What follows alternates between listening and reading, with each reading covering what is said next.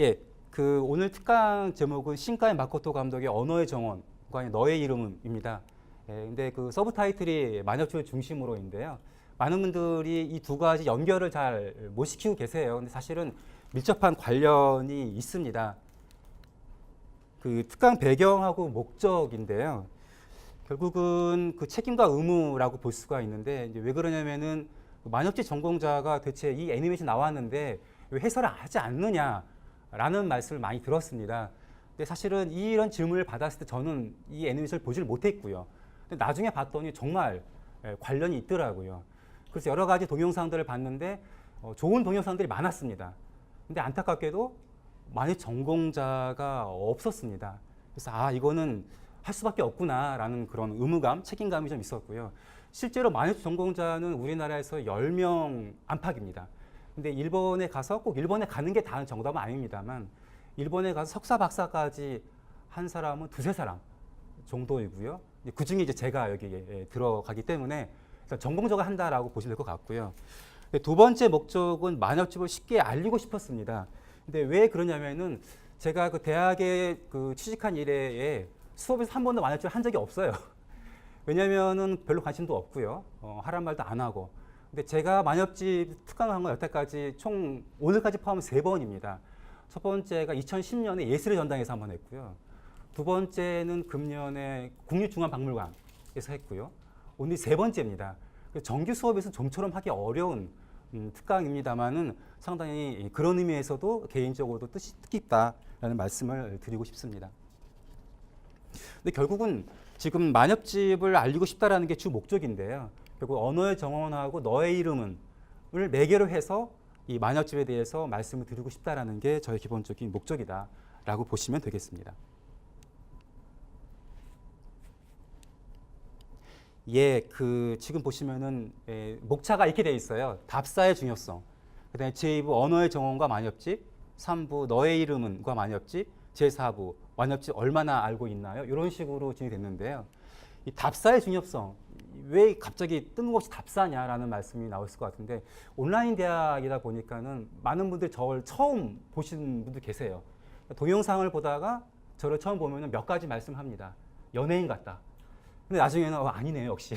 뭐 이런 말 한다든지 젊어 보인다. 근데 그것도 좀 아니네요 라는 말씀을 드리는데 실제로 본 것과 그렇지 않은 것의 차이가 되게 많습니다. 혹시 여기 계신 분들 중에서요, 파리에 있는 에펠탑 실제 보신 분들도 계실 것 같은데 아마 사진을 봤을 때하고 실제 보면 굉장히 차이가 많다라는 걸 알 수가 있습니다. 하나의 좀 그 비근한 예인데요. 그 잠실에 있는 롯데 제이월드 있지 않습니까? 그게 한 500m가 넘습니다. 층수로 하면 123층 정도 되고요. 굉장히 크죠. 근데 에펠탑이 그거 한 320m 정도, 층수로 하면 71층 정도의 아파트입니다. 한번 상상해 보세요. 사진을 봤을 때 에펠탑과 71층의 아파트를 생각해 보시면 굉장히 차이가 많다라는 걸 알 수가 있는데요. 그래서 제가 왜 이 답사의 중요성을 말씀드리냐면은 언어의 정원의 주요 모드가 됐던 게 신지쿠 교엔, 그 신지쿠의 정원의 하나의 그 정자입니다. 그 정자를 제가 찾아가는 그런 과정을 거치는데요. 그때의 이 답사의 중요성이 역시 나옵니다. 근데 이건 뭐냐면 결국은 두 개의 애니메이션을 봤을 때와 답사의 중요성, 다시 말씀드린 만역집을 알고 봤을 때하고는 상당히 차이가 날 수가 있다. 그래서 실제 답사와 약간 비교적인 표현입니다만 만역집을 알았을 때와 몰랐을 때에는 상당한 차이가 날 수가 있다. 그런 의미에서의 답사의 중요성 이렇게 이해해 주시면 되겠습니다. 자, 답사를 한번 해볼까요? 예, 주 무대는 바로 이곳을 찾아가는 것인데요. 예, 지금 이게 포스터입니다. 한국 포스터를 보시면 잘 보이실지 모르겠는데 사랑, 그 이전의 사랑 이야기 이렇게 번역이 되어 있습니다. 근데 실제 일본어는 이때 사랑은 이제 사랑이 아이고요. 이쪽의 사랑은 코입니다. 그러니까 결국 우리말로 번역할 때에는 이렇게밖에 번역이 안 되는 거거든요. 근데 실제 원전을 보면 다르다. 이 또한 어떤 답사와 관련이 되는데요. 뭐 그건 다시 나중에 말씀을 드리고 여기서의 답사의 중요성에서 좀 말씀을 드리고 싶으면 이 구도를 한번 보십시오. 일단은 이게 지금 그 정원에 있는 그 정자인데요. 먼저 이 기둥을 보세요. 기둥이 원형인지 사각형인지 잘 안 보일 수 있습니다만 원형인가 사각형을 보시고요. 두 번째 지붕입니다. 잘 안 보입니다만 지붕이 어떤 모습인지. 세 번째는 이 벤치의 구조입니다. 이렇게 되어 있는데 벤치의 구조. 네 번째는 주춧돌입니다. 참 별난 것까지 다 본다라고 생각하시는데 일단 저는 이거를 유심히 봤습니다. 그 이후로 드디어 답사를 시작하게 됩니다. 예, 어떤 느낌이냐면 바로 첫사람을 만나라는 그런 심정으로 답사를 시작을 했습니다. 그 신주쿠 교행은요, 잘 아시는 바와 같이 신주쿠역의 그 미나미구치 남문으로 이제는 가게 되는데 저도 여기 처음이기 때문에 여러 가지 애플을 여러 가지 그를 활용해서 이제 찾아가게 시작이 되게 됩니다. 근데 가다 보니까요, 어떤 분 한 분과 어떤 동물 한 마리가 저를 반갑게 맞아줬는데 그 사람과 동물 얘기 다시 나중에 말씀을 드리겠습니다. 조금 걸어가다 보니까 신주쿠 교행 그래서 150m. 야, 드디어 이제 150m만 더 가면 이제는 보이게 되는 거죠. 드디어 신주쿠 교행의 정문입니다. 근데 교행의 이 어자는요, 황실, 일본의 황실 관련된 그런 곳은 어를 붙입니다. 그러니까 우리나라 사극에서 어명이요 사약을 받아라 이런 말 나오죠. 그때 어명의 어가 바로 이 어자거든요.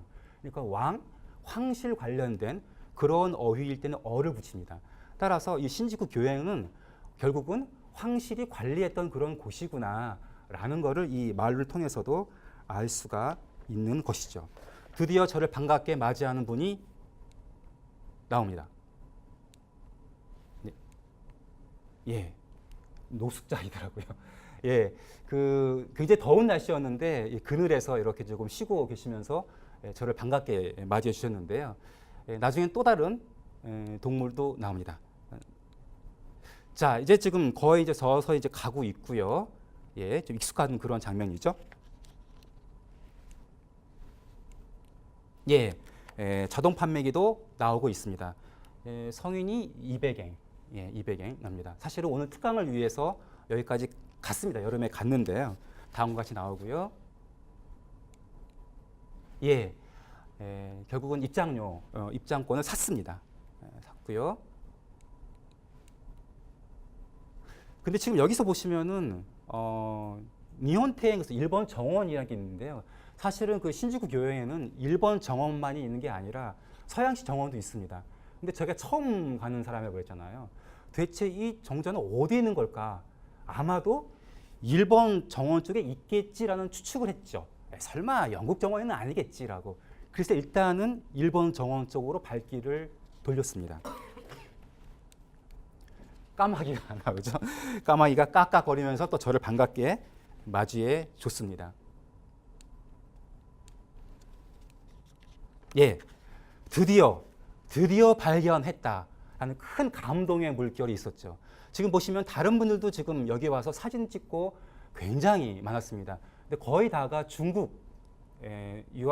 온 사람들이거나 한국 사람들이 굉장히 많았습니다. 이렇게 지금 사진을 찍고 있고 지금 두리번 거리고 있고요. 저도 여기에 포함이 됐습니다. 근데 이 언어의 정원에서는 캔맥주가 나오는데 캔맥주는 아니지만 물도 있고요. 사람들이 뭐 여러 가지를 놓고 뭐 사진 찍고 그게 장관이었습니다. 그런데요. 예, 이와 같은 것도 잘 아시죠? 이거는 NTT 그 도코모의 그 요요기 빌딩입니다. 230층. 근데 에펠탑보다는 좀 낮은 건데요. 하여튼 이런 것도 있고 하면 익숙한 그런 건물들이 나오고 있죠.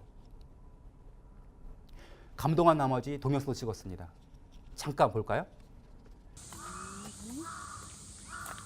예, 오늘은 동경 신주쿠에 있는 신주쿠 교회에 와 있습니다. 신주쿠 교회는 언어의 정원에 무대가 됐던 곳입니다. 8월 초인데요. 너무 덥네요. 얼굴과 이마에서 땀이 장마처럼 흘러내리고 있습니다. 오늘 특강을 준비하기 위해서 준비를 해봤습니다. 조금이라도 도움이 됐으면 좋겠습니다. 예, 그런데 뭔가 좀 이상해요. 왜 이상하냐면 아까 제가 맨 처음 말씀드린 그 언어의 정원 포스터의 기둥의 형태, 지붕, 그 다음에 벤치의 구조, 주춧돌을 봤을 때 뭔가 이상합니다. 왜냐하면은 이 기둥이 왜 그럴까? 분명히 원형인 것 같은데 사각이었던 것 같고요. 다시 나중에 보시겠습니다만 지붕이 좀 이상해요. 구조도 조금 이해가 안 가고요. 다른 사람이 아닌 신카의 마코토 같은 섬세한 사람이 뭔가 좀 이상하다는 느낌이 들었습니다. 그래서요. 다시 앞에 있는 사진을 보게 됐습니다. 지금 이게 원형인가요? 사각형인가요? 사각형이죠. 근데 벤치의 구조를 보시고 지붕을 좀 봐주세요. 그다음에 구조가 이렇게 되어 있죠. 지붕을 보세요. 지붕이 이렇게 되어 있죠. 뭔가 그 저희가 포스터하고는 좀 다른 느낌이 좀 들어요.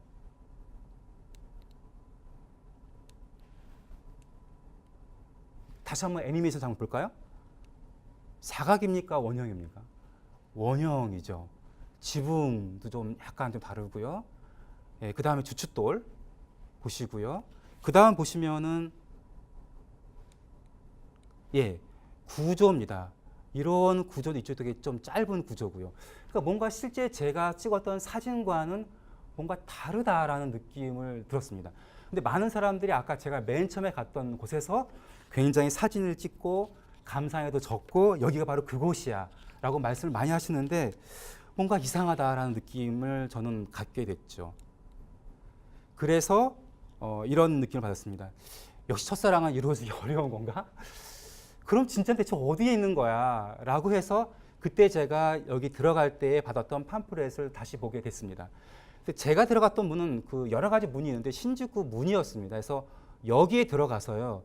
이런 식으로 가서 그 다음에 제가 발견했던 첫 번째 사진 찍은 곳이 바로 여기입니다. 바로 연못이 있고요. 바로 이곳인데 뭔가 좀 다른 거예요. 그래서 제가 다시 한번 봤죠. 다시 한번 봤더니 웬일입니까? 조금 더 가면은 연못 근처에 또 다른 정자가 있다는 것을 알게 됐습니다. 그래서 아마도 이건 아니고 여기지 않을까. 다시 한번 찾아가는 길을 가게 되는 거죠. 예, 드디어 발견하게 됐습니다. 뭔가 좀 비슷해요, 느낌이요. 예, 원형이고요. 주춧돌 나오고요. 지붕. 역시 애니메이션에 나와 있는 포스터하고 좀 비슷한 모습을 보여주고 있고요. 예, 전반적인 구도입니다. 근데 참 이것도 참 신기한 게 뭐냐면요. 포스터에는 이게 없습니다. 그쵸? 그러니까 실제 여기 장소에 가면 이게 있어요. 그러니까 그림을 애니메이션 할 때 이 부분을 생략해 버렸다는 거죠. 그런 의미에서 답사의 중요성이라고 하는 것은 상당히 중요하구나. 이거를 이제는 뭐 학문 쪽으로 하면 이제 원전의 중요성 같은 경우 다시 한번 확인할 수 있는 그러한 기회였다. 저로서는 그런 기회였다라고 말씀을 드릴 수가 있고 나중에 기회 되시면 한번 실제 한번 가보시면은요 알 수가 있습니다. 첫 번째 속지 마시고요. 두 번째라는 걸 다시 한번 꼭 확인하시면서 보시면 좋겠습니다. 그래서 저도 이제 여기구나 확인하고 이렇게 사진을 막 찍는데 정말 다행스러운 게 관광객이 없습니다. 왜냐하면 그 첫 번째 장소에 모든 관광객들은 다 가고요. 이곳은 없었습니다. 그래서 마음 놓고 사진을 찍을 수가 있었습니다. 예.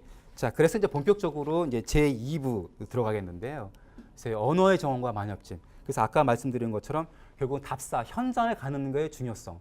다시 여기서 말씀드리면 만엽집이라는 현장을 알고 애니메이션을 보는 거의 중요성. 이런 것들을 말씀드리고 싶은데 예를 들어서 이런 질문을 수업 시간에 들은 적이 있어요. 언어의 정원인데 왜 겐고노 텐이 아니냐라는 질문을 저한테 합니다. 겐고노 텐 하면은 몇 음절입니까? 겐고노 텐 8음절 될 겁니다. 근데 여기서는 보시는 바와 같이 코토노 하노 니와 해서 몇 음절이 됩니까? 코토노 하노 니와 7음절이 됩니다. 왜 그게 중요해? 중요합니다. 왜냐하면 그 만엽집은 5음절, 7음절, 57577, 5757 이걸로 반복이 되는 거예요. 그래서 나중에 보시는 알겠지만 너의 이름 같은 경우 보십시오. 키미노 나와 5음절입니다. 그러니까 이 감독은요. 잘 아시는 바와 같이 국문과 출신입니다. 그러니까 국문과 출신이다 보니까 고전을 많이 접했던 사람이죠. 그거를 충분히 이렇게 활용하고 있다라는 걸 알 수가 있고요. 그래서 겐고노 테엔이 아니라 코토나노 니와라고 하지 않았을까 하고 저는 그렇게 생각하고 있습니다. 그래서 오음과 칠음을 살려서 이 제목도 달고 있다라는 말씀을 드리면서요. 본격적으로 보겠습니다. 예, 우리말로 하면 사랑 이전에 사랑이야 이렇게 되어 있는데 원전은 이렇게 일본어의 원문은 이렇게 되어 있죠. 뭐 아이 요리몬 무가시 코이 노 모노가타리. 현대에는 코이라고 하지만은 만협지 시대에는 코히라고 발음을 했습니다. 근데 나중에 다시 말씀드리겠습니다만은 대체 왜 이런 고독할 고자에다가 슬플 비자죠? 왜 이런 표현을 썼을까라는 거죠. 그 연애라는 말이 렌아이라는 게 있는데 실제 일본에서는 렌이 먼저 그다음에 아이는 나중에 온다라는 말도 하는데요. 여하튼 간에 이게 대체 어떤 걸 의미하는지를 말씀드리겠습니다. 나중에 말씀드리겠습니다. 만협지는 표기 스타일이 두 가지가 있어요. 하나 이렇게 한자를 쓰는 한자의 정운이라고 그래서 한자 그대로 살리는 표기 스타일이 하나 있고요. 또 하나는 만협 가나 그래서 일자 이름 하나의 한자에 하나의 음을 표시하는 일자 이름 표기 스타일이 있습니다. 그 두 가지 표기 스타일 다 나와 있는데 이거에 대해 다시 말씀을 드리겠습니다. 근데 여하튼 스토리는 이런 스토리죠. 장마인 6월에 구두장인을 장래 희망으로 하는 고등학생 타카오는 비가 오는 날 아침이면 비가 내리는 날에 지하철을 타고 싶지 않다는 이유로 오전 수업을 빼먹고 공원, 신주쿠 교행이죠. 공원에서 구두 스케치를 한다. 어느 날 타카오는 공원 정원에서 초콜릿을 안주로 혼자 맥주를 마시고 있는 유키노라는 여자를 만난다. 이후로 두 사람은 비가 내리는 날이면 만남을 거듭하게 되고 점차 마음이 통하게 된다. 있을 장소를 잃어버렸다는 그녀는 그녀에게 유키노가 다시 걸을 수 있게 되는 구두를 만들어주고 싶다고 바라는 타카오. 하지만 장마는 거쳐가고 있죠. 그러니까 결국은 이때 만남의 장소가 이 공원, 자연 속에 있는 공원이라는 것과요. 그다음에 비라는 매개체, 이 비라는 그 자연 현상이 굉장히 중요하다라는 걸 알 수가 있습니다. 왜냐하면 일본의 그 영화죠. 너를 지금 만나러 갑니다. 이 또한 비와 장마를 주요한 소재라고 있거든요. 일본에서는 굉장히 많습니다. 특히 자연 현상, 비. 근데 이 비라는 거를 모티브나 어떤 소재로 하는 거는 만여집에 널려 있습니다. 그런 것들 다시 나중에 말씀을 드리겠습니다. 근데 결국은 뭐냐면요. 이 비라는 자연 현상에 마음을 의탁하는 겁니다. 심정을 의탁해서 표현하는 거죠. 그러니까 자기 감정을 직접적으로 드러내는 것이 아니라 비를 통해서 드러내는 자연 현상도 드러내는 그게 바로 이제는 고전의 시대인데 그런 부분을 이 감독은 충분히 활용하고 있다라는 걸 알 수가 있는데요. 특히 지금 이걸 보십시오. 카미나리노 시마시도미테 하시쿠모리 아메모 후라누카 비가 오지 않을까 키무토도메 잡고 싶은데 이렇게 말하는데 이게 지금 권 11에 있습니다. 권 10번 이 만협지분은 권 20까지 있는데요. 권 10, 권 11, 권 13 이쪽은 다 연애의 권입니다. 따라서 연애에 관련된 사랑 노래가 다 모여 있는 거죠. 따라서 이거는 사랑 노래구나라는 걸 금방 알 수가 있고요. 이 번호가 2513번인데 그 다음에 증가가 노래가 2514번이죠. 주고받는 겁니다. 만협 시대에서는요 노래를 잘하는 사람이 인기가 있는 거예요. 지금 같으면 춤을 잘 추는 사람이 인기가 있는지 모르겠는데 그 당시에는 노래를 잘하는 사람이 인기가 있는 겁니다. 근데 그 노래를 불렀는데 이 사람이 곧바로 다음과 같이 답을 한 거죠. 예, 카미나리노 시마시도미 때 후라즈 도모 비가 내린 대로 하지 않는다고 하더라도 와와 도도마랑 이모시 도도메바 네가 나를 잡아준다면 나는 있을 거야 라고 말하고 있죠.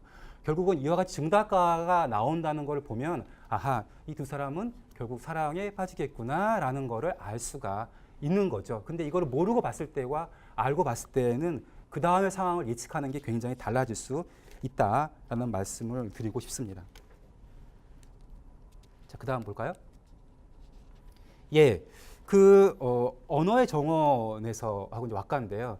일단은 언어의 정원에서는 그 정자에서 만나는데 실제로 그 만협시대 사람들은 어디서 만났을까라는 그게 조금 중요할 것 같고요. 그다음에 그 증가가의 그 의미 아까 말씀드렸는데 그 부분에 대한 것도 좀 검토할 필요가 있죠. 근데 요즘 같으면은 카페에서 만난다든지 클럽에서 만난다든지 동호회에서 만난다든지 이렇게 하겠는데요. 예전에는 그런 게 있는 게 아니기 때문에 만나는 장소가 있었습니다. 대체 거기가 어딜까라는 것이고요. 근데 증가가의 의미를 또 다시 한번 말씀을 드리겠습니다. 자, 어디서 만날까? 구릉이에요. 언덕 같은 데서 만났는데 나중에 말씀을 드리겠습니다. 이게 한 만협집엔 4,500 정도의 노래가 이게 첫 번째 노래입니다. 상당히 의미가 있는 건데 나중에 다시 말씀을 드리겠는데 여하튼 이런 노래입니다. 바구니도 좋은 바구니 가지고 호미도 좋은 호미 가지고 이 구릉에서 나물 캐시는 처녀여 집안을 밝히시오. 이름을 일러주시오. 나중에 이름을 묻는 것 너의 이름하고 좀 관련이 됩니다. 여기서도요. 야마토라는 나라는 모두 다 빠짐없이 내가 다스리는 나라다. 내가 먼저 고할까? 신분도 이름도. 상대방한테 이름을 묻고 있죠. 이건 어떤 의미인가는 다시 또 너의 이름에서 다시 말씀을 드리겠습니다. 그 다음 계속 보겠습니다. 들에서 만납니다. 보통 봄에 많이 만나죠. 카스카들의 연기가 나는 것이 보인다. 처녀들이 봄들이 숙부제기를 뜯어서 삶고 있나 보다 이런 건데 이걸 좀 이미지화하면 다음과 같습니다. 뭐 이런 이미지죠. 근데 마침 2018년 7월 9일부터 13일까지 주한 일본 대사관 공보원에서요. 만엽 예술로 보는 뭐 고대 일본 로맨스를 엿보다 만엽이 있었습니다. 실제 갔습니다. 갔더니 딱 이 노래에 대한 이 왁가에 대한 이런 이미지가 있어서 사진을 찍어 봤는데요. 아마도 이와 같은 이미지지 않을까라는 것을 예상할 수가 있습니다. 다음 노래는 야마베나 아카히토라는 그 남자인데요. 남자인데 여자와의 심정으로 노래를 부릅니다. 그렇다고 무슨 뭐 동성연애자는 아니고요. 이런 거 되게 많습니다. 봄 들판에 제비꽃을 뜯으러 온 나는 남자는 여자 입장에서 부르고 있는 거죠. 들을 사랑스럽다고 생각해 결국 하룻밤 자버렸다. 그게 노골적이고 직설적인 표현인데요. 이게 마녀집의 미의식입니다. 흔히 마코토라는 미의식이 있는데요. 중세에 가면 예를 들어 해안 시대에 가면은 모노노 아와레 이렇게 나오는데 이 마녀 시대에는 이렇게 직접적으로 말을 합니다. 그런데 겐지 모노가타라든지 해안 시대 가면 이렇게 표현하지 않습니다. 그래서 마녀 시대의 미의식은 마코토, 직설적으로 표현하는 게 이제는 마코토라는 미의식인데 여기서 알 수가 있고요. 그다음에 이제 시장에서 만납니다. 그러니까는 스바 시장의 번화한 거리에서 지금 만나고 있는 그대의 이름은 무엇입니까? 계속 이름 묻고 있죠. 계속 이름을 묻고 있어요. 예. 근데 사실은 시장이라는 곳은 물건이 오고 가는 곳이기도 합니다만 사람이 오고 가는 곳이기도 하죠. 그렇기 때문에 연애가 시작이 됩니다. 예, 이거 같은 경우도 뭐 자세히 보기 않겠지만은 이런 아베 시장으로 가는 길에서 만났던 처녀야. 그래서 계속 이런 부분들이 나오고 있지요. 그 다음에는 길에서 만납니다. 이거 쇼무 천왕도 부르는데요. 이런 거죠. 예, 옛날에 이 사람이 한 번 웃어줬대요. 웃어줬는데 그거를 계속 생각하고 있는 여인에게 말을 합니다. 길에서 만나 생끝 웃으신 것만으로 내리는 눈처럼 마음이 녹아내린 듯이 나를 그리워한다고 하는 귀여운 그대예요. 그래서 내가 한 번 웃어줬는데 그것 때문에 계속 나를 생각하고 있다는 너한테 내가 노래를 부른다. 뭐 이렇게 노래를 하기도 있습니다. 또는 다리에서 만나기도 해요. 그러니까 다리라고 하는 곳은 이곳과 저쪽을 연결하는 곳이죠. 새가 지상과 하늘을 연결하는 것처럼 좀 특수한 공간입니다. 그래서 이런 다리 속에서 만나는 여인에 대해서 말을 하기도 하고요. 나중에 다시 자세히 말씀을 드리겠습니다. 또 여기 또한 이렇게 좀 다리가 또 나오고 있죠. 근데 좀 보시면은 큰 다리 옆에 내 집이 있었다면 가련하게도 혼자서 걸어가는 저 처녀에게 잠잘 곳을 빌려주고 싶은데 뭐 이런 식으로 해서 지금 약간 구원 겸 그런 게 있는데요. 나중에 보시겠습니다만 이 봄이요. 그 다음 자연이라는 게 굉장히 구애의 장소이면서 계절이기도 합니다.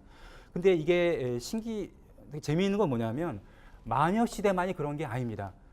시경, 중국의 시경을 보더라도요. 봄은 구애의 계절입니다. 이 소남의 포유매라는 건데요. 이게 결국은 그 광주리에 있는 그 매실인데요. 이게 여자가 부른 노래입니다. 굉장히 재미있어요. 근데 여자가 그러니까는 광주리에 매실을 많이 담고 있는데 이걸 주면서 이제 구애를 하는 거죠. 이런 겁니다. 매실을 던지네. 매실 던지고 있죠. 남은 배시 7이요. 7개 남았습니다. 나를 데려가실 님들 길이에 해야 하오. 내가 매실 7개 남았는데 나를 데려갈 때는 길이를 택해야 해요. 이렇게 말하고 있습니다. 매실을 던지네. 남은 매실 3이요. 아이고 이제는 아직까지도 못 구한 거예요. 셋밖에 안 남았어요. 나를 데려가실 님들 오늘이면 돼요. 나 오늘이면 내가 시집 갈게요. 라고 말하고 있죠. 그런데 아직 못 갔습니다. 매실을 던지네. 광주를 털었네요. 아무것도 없어요. 나를 데려갈 님들 말만 하면 된다. 말만 하면 나 그냥 갈게. 뭐 이러는 거죠. 근데 이것도 이제 봄에 대한 것들. 이 봄이 상당히 구애의 계절이다라는 걸 알 수가 있고요. 이게 만엽지도 많이 나오고 있다는 걸 알 수가 있습니다. 이건 동북아시아에서 공유되고 있는 그런 어떤 관념이다 보시면 될 것 같고요. 근데 증닭가입니다. 증닭가는 아까 말씀드렸죠. 거의 다 사랑 노래다라고 보시면 됩니다. 왜냐하면 노래를 잘 불러야만이 구애할 수 있고 사랑이 이루어지기 때문에 지금 다까는 다 사랑 노래라고 보시면 됩니다. 오츠 왕자가 이런 말을 하죠. 산 이슬을 맞으며 이슬을 맞는 게 좋겠습니까? 그럼 고난을 맞는 거겠죠. 당신을 기다려 저는 흠뻑 젖어버렸어요. 산 이슬에 고난을 하면서 내가 너를 기다리고 있다 이렇게 말하고 있습니다. 그랬더니 여자가 이런 말 하고 있죠. 이시가고는 이랐으며 이렇게 말하고 있습니다. 나를 기다리느라고 당신이 젖으셨다고 말씀하시는 그 산 이슬이 될 수 있었다면 좋았을 텐데 항상 갇히고 있고 싶다라는 그런 어떤 절실함을 노래하고 있죠. 아마도 이거 같은 경우 지금 현대인 같은 경우도 크게 바뀌지 않는 그런 마음일 거라 생각이 듭니다. 근데 여하튼 이 만엽 노래 보면은 굉장히 이름을 묻는 게 많이 나온다는 걸 알 수가 있죠. 이제 그 다음에 자연스럽게 이렇게 이어집니다. 너의 이름은. 이것도 많은 학우님들이 질문을 해요. 왜 남아애가 아니냐? 키미노 남아애가 아니고 왜 너의 이름은이냐라는 거죠. 근데 이 남아애라고 하는 건 현대적인 그런 의미라면은 나 이름을 나라고 부르는 건 상당히 고전입니다. 만엽 시대에 많이 나오고요. 근데 고전어다라고 보시면 됩니다. 그래서 일단은 이거의 테마 같은 경우도 상당히 고전어 관련이 있다라는 거를 은근히 이 감독은 보여주고 있는 거죠. 키미노나와 오음절이죠. 그 부분도 우리가 볼 수가 있습니다. 예. 그래서 지금 그 스토리인데요. 뭐 다 아시는 얘기입니다. 도쿄에 사는 남자 타키와 시골에 사는 여자 미츠하는 서로 몸이 바뀌는 신기한 꿈을 꾸죠. 꿈이 반복될수록 친구가 되어가는 타키와 미츠하. 이 꿈이 굉장히 중요한 테마인데 이 꿈이라는 게 또 만엽 시대에 엄청 많이 나옵니다. 그런데 언젠가부터 더 이상 몸이 바뀌지 않게 된다. 드디어 타키는 미츠하를 만나러 간다. 물론 그 애니메이션에서는 미츠하가 타키를 만나러 가는 장면도 있긴 합니다만은 가장 큰 핵심적인 거는 타키가 미츠하를 만나러 갑니다. 남자가 여자를 만나러 가는 거고 여자는 기다리고 있는 거죠. 그래서 기다리는 여자라는 것도 중요한 또 모티브가 되고 있는데요. 여하튼 하지만 상대방 이름이 생각나지 않는다. 너의 이름은. 그러니까는 너의 이름은 단순히 이름이 생각나지 않는다라는 것도 있을 수가 있는데요. 이게 어떤 그 사람의 존재 그 자체를 말하기도 합니다. 그래서 너의 이름은이라는 게 상당히 의미가 깊은 그런 걸 알 수가 있는데 다시 말씀을 드리겠습니다. 자, 그래서 이제는 그 칠판에도 이렇게 나와 있는 거죠. 타소거래 어쩌고저쩌고 나오고 있는데요. 이 부분은 실제로 이렇게 되어 있죠. 예, 타소거래 또 와레오나 토이소. 그러니까 내 이름 묻지 마라는 거죠. 나가스키노 쯔유니 누레스 키미마츠 와레오. 그러니까 우리말로 하면은요. 누구냐고 나에 대해 묻지 마세요. 나 묻지 마세요. 9월에 이슬에 젖으면서 사랑하는 님을 기다리고 있는 나를. 해석이 두 가지 가능합니다. 하나는 뭐냐면 나한테 수작 걸지 마. 나 다른 사람 있어. 라는 말도 가능하고요. 내가 어떤 여자 기다리고 있는데 누가 본 거예요. 근데 지금 이 시간 뭐 하세요? 여기서 뭐 하는 거예요? 당신은? 이렇게 해석이 두 가지 해석이 가능하는데 여하튼 간에 이 이름을 묻는다는 것은 상당히 의미가 있다. 그냥 단순히 묻는 게 아니다. 라는 거를 알 수가 있는데요. 예, 이제 그래서 조금 더 이제 깊게 만엽집으로 들어가 보겠습니다. 그렇다면 만엽집에서의 이름을 묻는다는 건 뭐냐? 제가 조금 힌트를 드렸는데 이런 거 있고요. 끈. 대체 왜 그때 끈이 계속 반복해서 나오고 있거든요. 끈의 의미는 뭔가라는 거. 근데 기다리는 여인, 꿈 관련된 거 나옵니다. 사실은 그 감독은 너의 이름은 다음과 같은 꿈에 대한 모티브가 있는 왁가에서 가지고 왔다라고 말을 하고 있습니다. 그 왁가는 이 왁가입니다. 고궁화가집이라 해서 이거는 만엽집보다 그 한 100에서 150년 이후에 나오는 건데요. 오모이스 누레바야 히토노 미에츠라운 유메토 시리세바 사메자라 마시오. 결국은 당신을 생각하며 잠들었기에 꿈에 보였나? 내가 너를 많이 생각했기 때문에 꿈에 보였나 보다. 근데 이 꿈이라는 걸 알았다면 깨지 않았을 텐데 라고 누구나 한두 번 정도 경험하는 그런 것들인데요. 이 꿈에 대한 게 모티브됐다고 하는데 이건 사실은 고궁화가집 이전에 만엽집에도 많이 나오는 그런 테마이기도 합니다. 여하튼 고전에 대해서 많은 테마를 얻었다라는 걸 알 수가 있죠.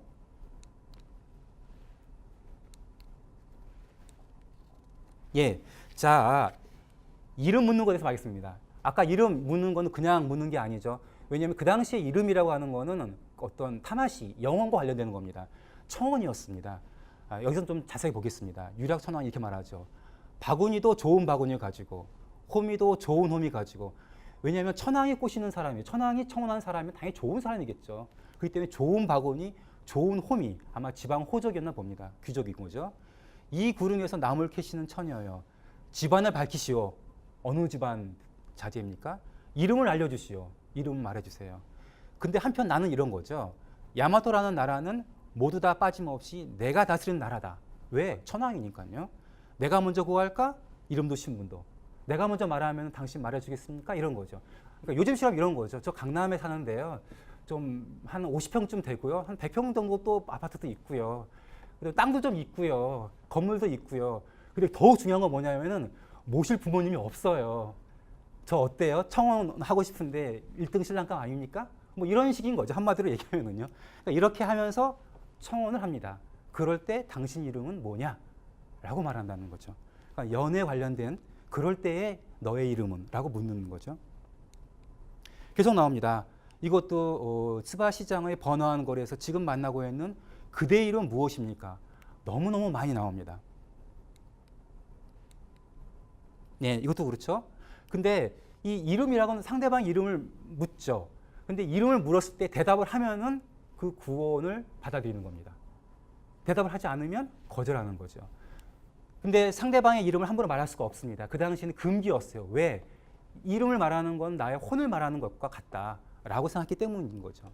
어머니가 날 부르는 이름을 가르쳐 드리고 싶습니다만 아무 연고도 없는데 듣도 보도 못한 당신한테 길 가는 사람이 너한테 누군지 모르지 내가 뭐라고 말하면 좋겠냐. 조금 이제 탐색을 하고 있는 거죠. 어떤 사람인지. 이것도 마찬가지입니다. 아까 금기라고 그랬죠. 수령과 같이 마음속에 깊이 애타게 그리워하고 있다가 기분을 풀 길이 없어서 마침내 그녀의 이름을 말해버렸다.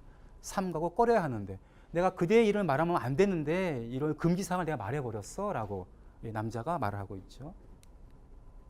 계속 이론은 나오고 있습니다. 나는 마침내 그대의 이름을 입 밖에 내버렸다. 삼가고 꺼려야 하는데 라고 금기라는 거를 알 수가 있습니다. 자, 두 번째는 끈의 의미입니다. 대체 끈이 어떤 건가라는 건데요. 예, 작자 미상, 권12, 아까 말씀드렸죠. 권10, 권11, 권12, 권13 무슨 노래가 모여있는 곳이다?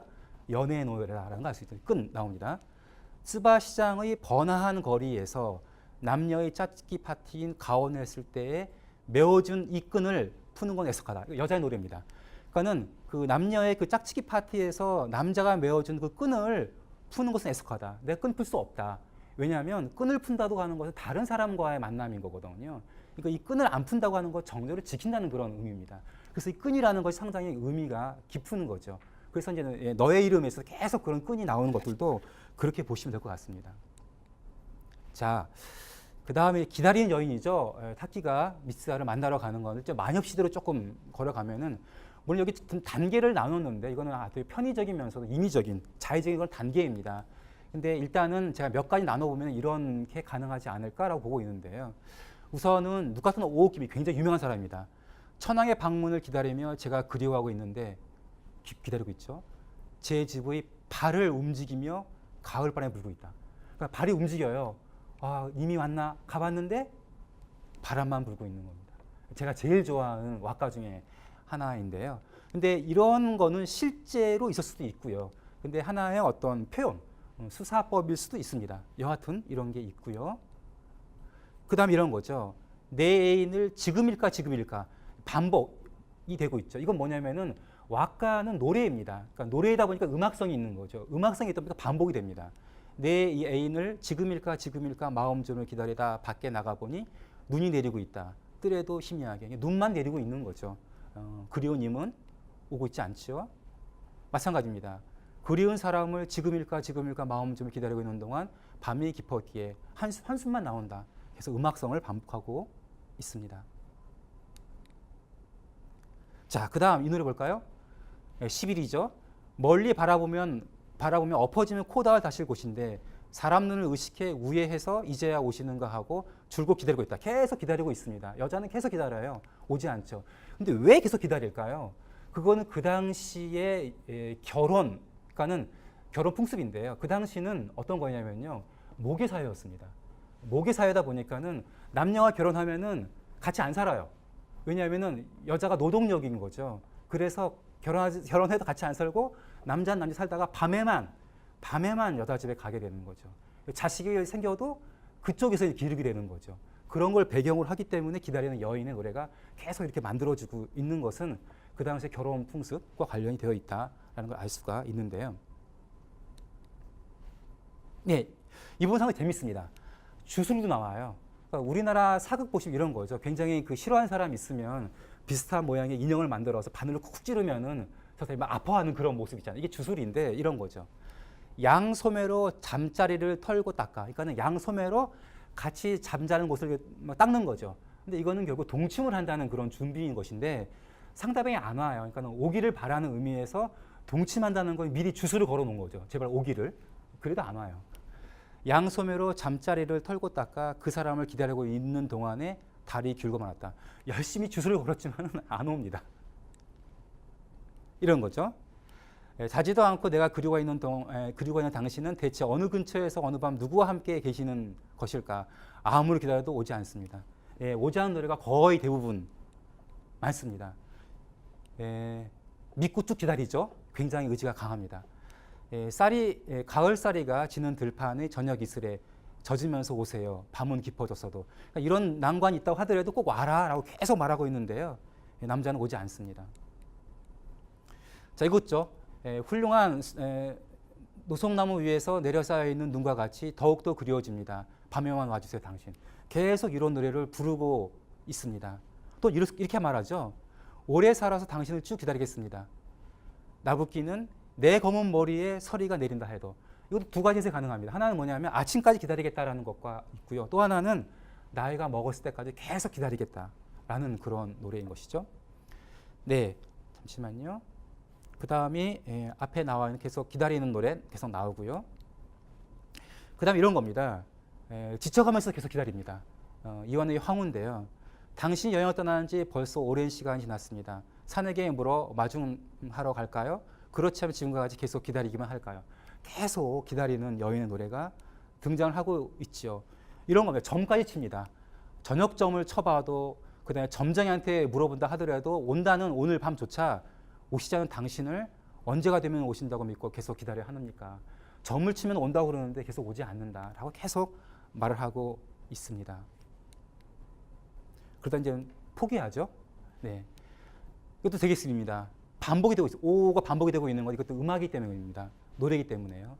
오겠노라 하여도 오시지 않을 때가 있는 것을 오지 않는다고 하시는데 오실 거라고 여겨 기다리지는 하지 않을게요.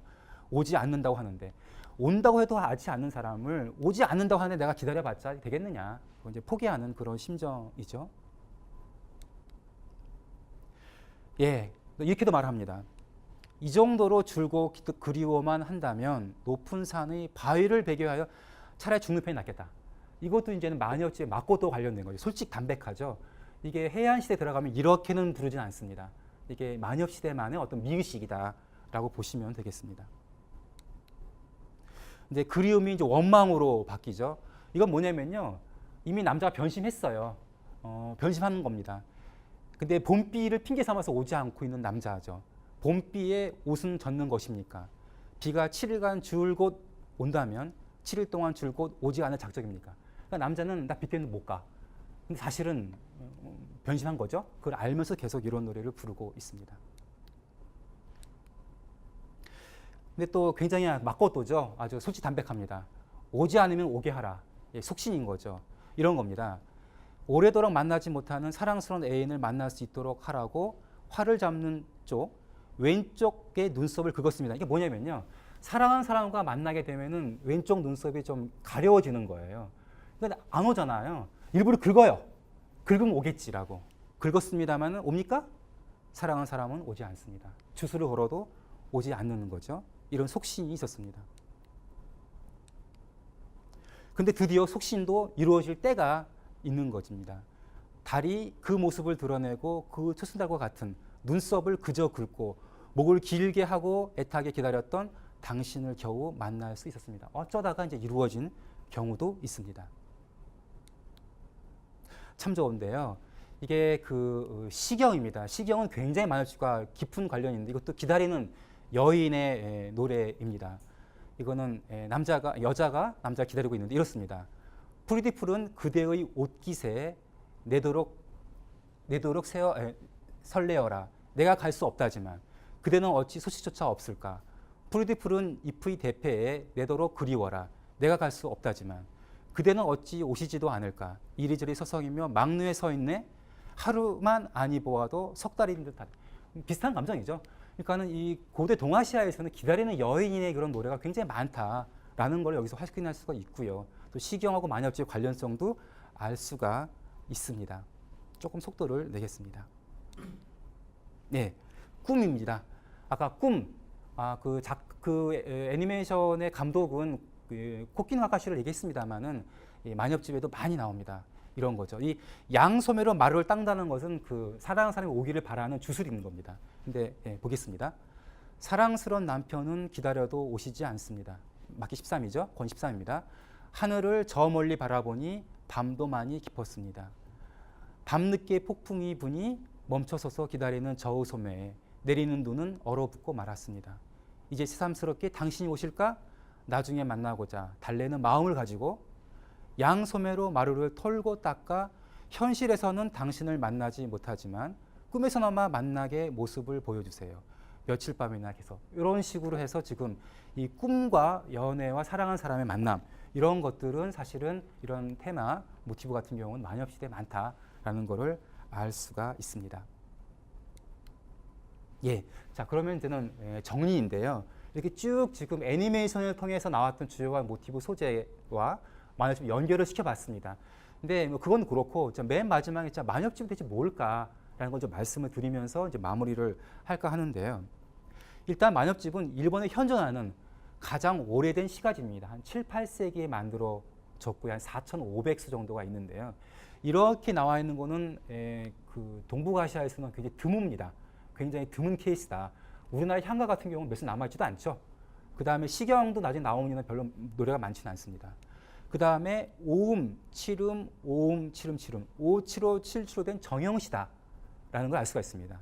그래서 아까 너의 이름은 키미노 나와 이런 것 같은 게 계속 이런 오음과 칠음으로써 그 타이틀을 잡고 있는 게 바로 이런 부분과 관련이 있다라고 보시면 될 것 같고요.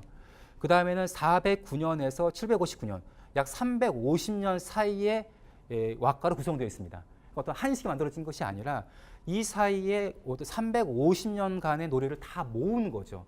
모아서 나왔다라고 보시면 되겠습니다. 그래서 나중에 편찬자가 나오게 되는데요.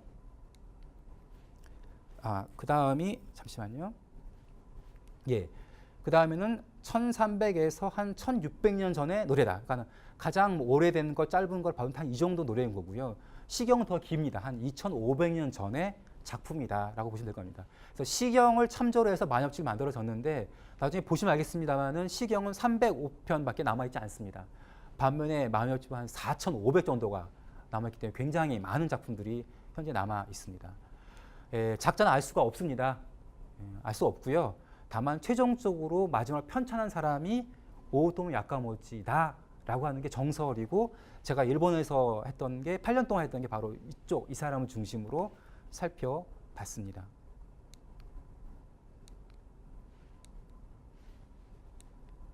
예, 그 다음 아까 단가라는 말이 나왔죠. 이 단가와 장가가 있는데요. 단가는 57, 그러니까 57577로 되어 있고요. 장가는 575757575757 이렇게 끝나는 겁니다. 그래서 단가를 반복하는 게 장가입니다. 이것 외에도 여러 가지 형식이 있는데 가장 대표적인 게 단가와 장가입니다. 그래서 아까 단가란 말이 나오는데 그거보다 왁가라고 말하는 게 더 맞고요. 이 왁가라고 하는 건 뭐냐면 와가 이 평화할 때 화이죠. 그거는 중국을 의식한 겁니다. 한시를 의식해서 이 와라는 말을 쓰게 됩니다. 20권으로 구성이 되어 있고요. 표기는 한자입니다. 한자로만 표기되어 있습니다. 다음과 같습니다. 이 부분이 상당히 더 중요합니다. 만엽지 원본은 이렇게 되어 있어요. 한자로만 쭉 되어 있습니다. 그러니까 이거를 해독한다는 게 만만치가 않은 거죠. 근데 예를 들어서 이거는 배선자죠. 이거는 보통 훈해 또는 훈화라고 읽는데요. 이런 표기는 한자의 뜻을 그대로 가지고 오고 그대로 읽는 정훈 표기라고 하고요. 반면에 조사 이런 니라고 읽는데요. 이런 거는 일자 이름 표기입니다. 이 노래 이렇게 되어 있습니다. 니기타스니 후나노리 세무또 스키마테바 시오모 카나이누 이마 고기되나. 그러니까 니기타츠라는 그러한 곳에서 후나노리 세무또 배를 타려고 스키마테바 밝은 달을 기다리고 있다. 시오모 카나이누 바다 물결도 잔잔하다. 이모와 고기되나. 자, 지금 바로 출정이다 라는 노래입니다. 출정가의 노래인데요. 663년 백천강 전투, 백강 전투를 앞두고 일본이 외가 그 많은 군대를 파견하죠. 그때의 출정가가 이 노래입니다. 그래서 만엽집은요, 이 고대 한국과 너무 관련이 많습니다. 그래서 신라에 가는 사신들의 노래도 만엽집에 남아 있고요. 발해에 가는 사신들의 노래도 남아 있고요. 흔히 말하는 도레인들의 노래도 남아 있습니다. 그래서 만엽집을 연구하면은 고대 동북아시아에 대한 많은 것들을 알 수가 있는데 이 만엽집을 전공한 사람이 많지 않은 게 사실 좀 안타까운 거죠. 자, 그래서 아까 말했던 만엽가나 표기가 일자 이름입니다. 다시 말씀드릴게요. 이렇게 표기해서 이제 코이라고 읽으면은 이거는 그냥 한자 정운 표기이고요. 이렇게 코, 히 이렇게 일자 이름으로 표기하면은 이게 만엽간의 표기입니다. 근데 보통 그럼 뜻이 뭐였을까? 이거의 뜻이 뭐였을까라는 거는 이 표기로 알 수가 있습니다. 고독할 고자에다가 슬플 비자죠. 혼자 있을 때에 슬프고 외롭게 상대방을 기다리는 감정. 이 감정이 그 당시에 코이였던 것이죠. 이렇게 그걸 알 수가 있습니다. 지금하고 약간 다를 수가 있는데요. 이런 표기 스타일을 보고 거의 다 알 수가 있습니다. 그런 의미에서 이 만엽집의 표기 스타일, 만엽집이 굉장히 중요한 건데요. 예, 그 조금 졸조 두 개 있습니다. 그래서 일본인의 사랑의 문화사 만엽집인데 이거는 제가 아까 그 조력 제가 번역한 거를 다 담아 있는 게 여기에 담겨 있고요. 이거는 뭐 일본인의 어떤 그 문화 패턴에 대해서 말하고 있는 것입니다. 그거보다는 특강을 마치면서 고대인의 사랑에 대해서 조금 말씀을 드리겠습니다. 흔히 사랑은 두 가지 표현이 있는 것 같아요. 크게 나눠 사랑을 한다. 어떤 의지가 있는 게 있고요. 또 하나는 사랑에 빠지다. 라는 게 있는데 저는 의지보다는 좀 사랑에 빠지다. 그런 쪽이 좀 더 비중을 두고 있는 쪽인데요. 의지하고는 좀 관계없는 것 같아요. 근데 고대인들도 그랬던 것 같아요. 여기 보시면은 히로카와 노키미라는 사람이 한 건데요. 이게 되어 있습니다. 사랑을 하면 돋아나는 연초. 그러니까 사랑을 하면은 사랑의 어떤 초가 풀이 돋아나는 것 같습니다. 그것을 짐수레의 7대분 실을 정도로 사랑하는 나의 마음은 큰 것이 되었습니다. 그것도 내 마음부터. 그러니까 내가 어떻게 마음을 할 수 없는 사이에 내 마음이 이렇게 커졌다라고 말하고 있고요. 두 번째는 이렇게 말합니다. 지금에 와서는 사랑과는 인연이 없다고 생각했었는데 대관절 어디에 사는 어느 놈의 연심인가 덤벼드는 것은 뭐 이런 거죠. 난 절대 사랑 안 할 거야. 어떤 사랑의 아픔 때문이죠. 하지만 결국 할 수밖에 없는 거죠. 이거에 대한 가장 적절한 드라마가 있습니다. 세컨드 버전, 그러니까 바진이라는 그게 있는데요. 그게 혹시 드라마 나중에 보십시오. 세컨드 바진이라는 드라마가 있는데 그 드라마가 그런 겁니다. 그러니까 이유는 뭐냐면은 나중에 결혼을 해서 나중에 그 이혼을 하고 혼자 사는 그런 어떤 출판을 업을 한 사람인데요. 이 사람이 어느 순간 이렇게 사랑에 빠집니다. 근데 사랑에 빠진 이유를 물어봐요. 그때 대답이 나리유키라는 말합니다.